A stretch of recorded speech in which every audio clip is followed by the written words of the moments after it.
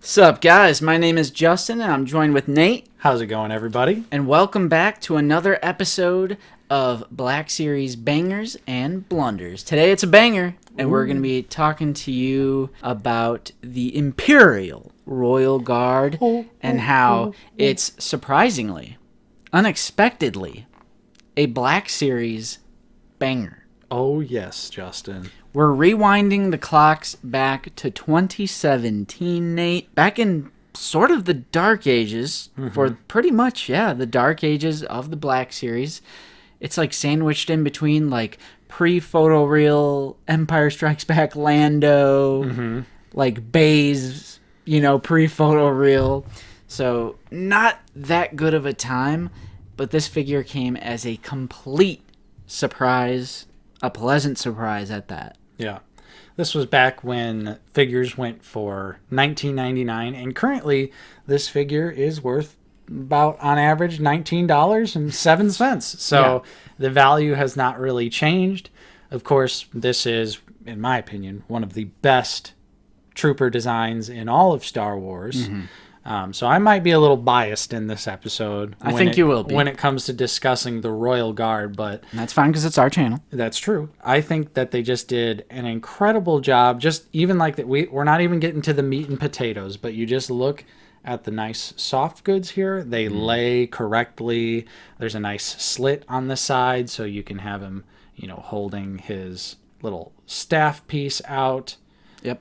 And if you just want this figure to sit next to your Palpatine on the throne, just like this, it's an amazing figure. But there's some really cool, unexpected details included with this figure that, at the time, and even to this day, is something that we don't typically see.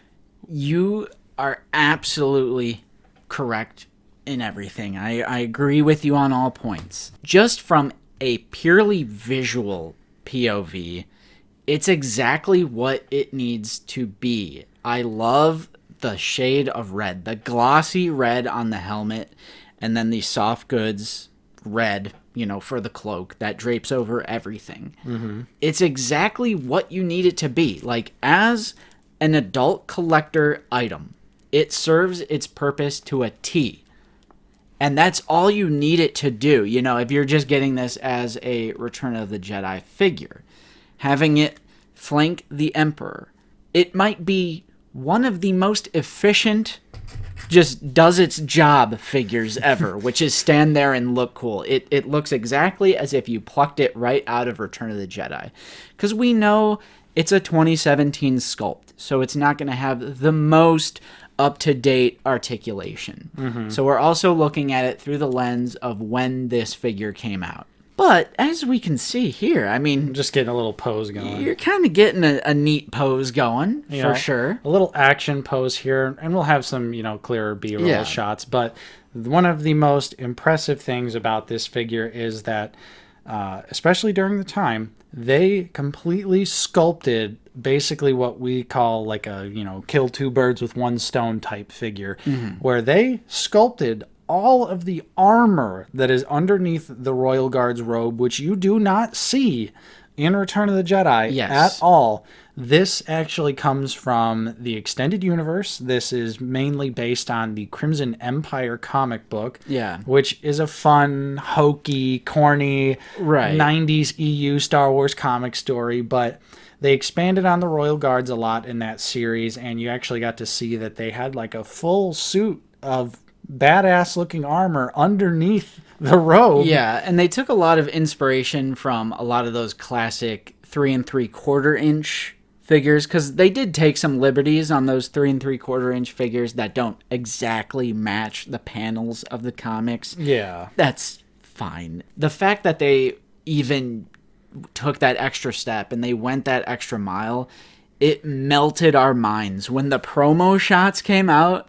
And I remember our reaction, just seeing that armor underneath the robes. I was totally expecting it to just be, something like for example, like Bib Fortuna legs. Right. Or something like that. Just some Black Series reuse that is just like generic legs because they're covered by soft goods. I never thought they would go out of their way to do sculpted armor detailing.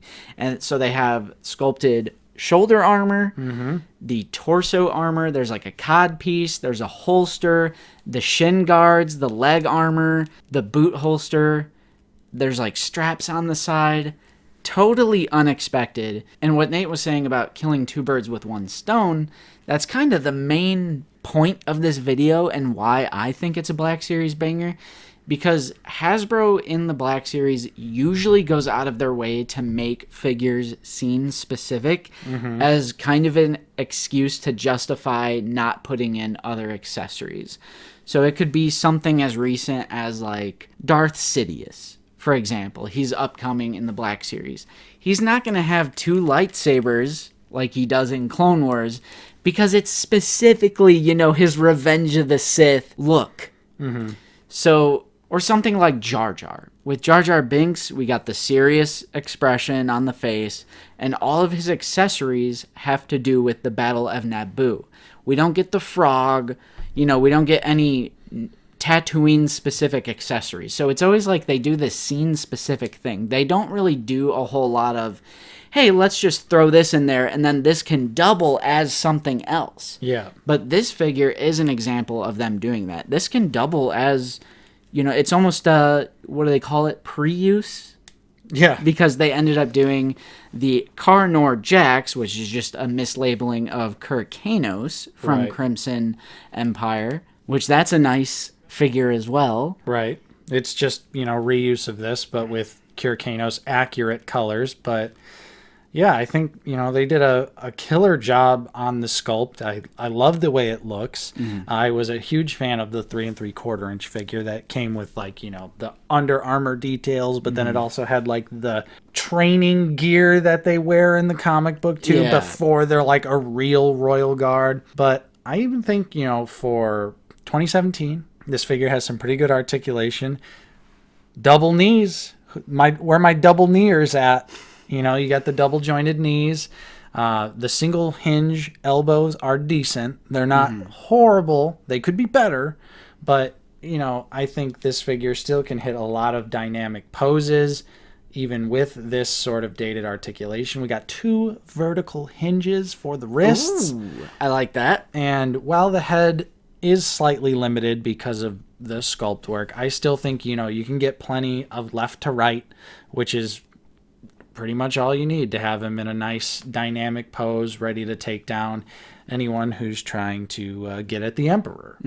Yeah, so just the idea of them, you know, specifically marketing this as a Return of the Jedi figure, but then just going the extra mile, putting in all those sculpted armor bits to make it like Legends, like EU type stuff, which there wasn't that much EU stuff. There still isn't. Right. It's kind of impressive that they wanted to go with such a deep cut like Crimson Empire. Yeah. You know, it just is a little mind-boggling. You'd expect them to do that with something that would be like a little bit more popular, but you know, especially it's covered up. It's literally and they covered still up. did it. And it's awesome. It's great when they do stuff like this, and especially when it's like you were saying, you know, for the EU. We don't really have a lot of EU representation in the Black Series. We're starting to get a little bit more now these days, but especially back in 2017, it was like Jaina Solo. Yeah. This. Like Revan? Or no? That might have been later. I think Revan was a little bit after that. I mean, Jaina Solo might have been a little bit after this, too. Yeah, I'm not 100% certain, but yeah, it's just crazy that, especially back then, you know, they kind of threw EU collectors a bone with this figure. Yeah. And it really enticed me to not, you know, only just pick up 2. I ended up picking up 4 of these figures at the time. Because you want some with Kirkanos and... Right.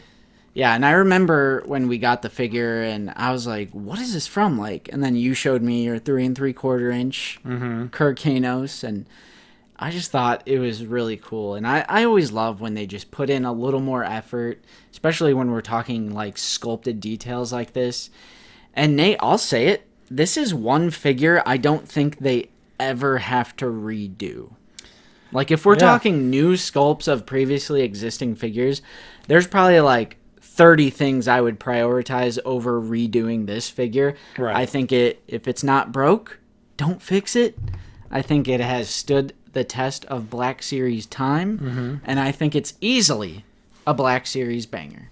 The Royal Guard. What a masterpiece. One of my favorite Black Series figures. Of course, I'm a little biased, like I said. This is one of my favorite Trooper designs, but yeah, you know, would I like a little bit of updating? Sure, you know, just throw some butterfly joints in there, and I'd be you would take it. I'd be a happy cappy. Yeah. But for the most part, especially for the time in the era of the Dark Ages, this figure hit, and it still hits. And I'm thankful that it's still relatively, you know, it's literally retail price. So, and it got the 40th Return of the Jedi release, which is the exact same figure. There's also a carbonized version of this, which I do own because it was sent to us for free. Right. I'll put it up on the wall. It's a Royal Guard. Yep. The color, the visual look, the sculpted details, the articulation's decent, the accessories, it does exactly what it needs to do. As always, are we crazy, or are we on the mark on this one? I don't know, Justin. After disrespecting Bad Batch Rex and destroying Clone Commander Obi-Wan, you guys are wild for this one. I'm sure there's going to be some knuckleheads in the comments, so leave a comment down below. Really helps us out in that algorithm, as well as hitting a like and subscribing if you are new, because we are always talking about the Black Series here on the channel. Take care, guys. I've been Justin, joined with Nate. Stole my damn line. Take care, everybody. Oh, I did. We'll see you guys next time.